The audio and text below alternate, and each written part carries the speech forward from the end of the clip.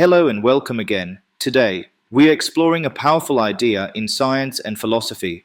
Absence of evidence is not evidence of absence.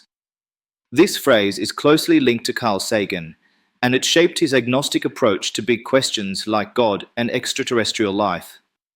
Sagan argued that just because we haven't found evidence for something, that doesn't mean it doesn't exist. Think of extraterrestrial life. The universe is unimaginably vast, and for Sagan the rational stance was simply, we don't know yet. That's what it means to be agnostic by logic. It's not indecision, but humility in the face of the unknown. What makes Sagan fascinating is how he connected science with cultural imagination.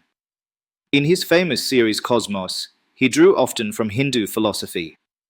He noted how Hindu cosmology pictured endless cycles of creation and destruction, and how the Hindu time scale of a kalpa, over 4 billion years, comes strikingly close to the scientific estimate of Earth's age. He didn't endorse the religion, but he admired its cosmic vision. For Sagan, it showed that humans, long before modern science, were already grappling with vast mysteries without rushing to certainty. Now compare this with Richard Dawkins. Dawkins agrees that absence of evidence doesn't technically prove non-existence. But he argues that if we should expect evidence and still don't find it, then non-existence becomes overwhelmingly likely. That's why he describes God as about as probable as Zeus or the Tooth Fairy. Where Sagan suspends judgment, Dawkins tips the scale toward disbelief. So imagine a spectrum.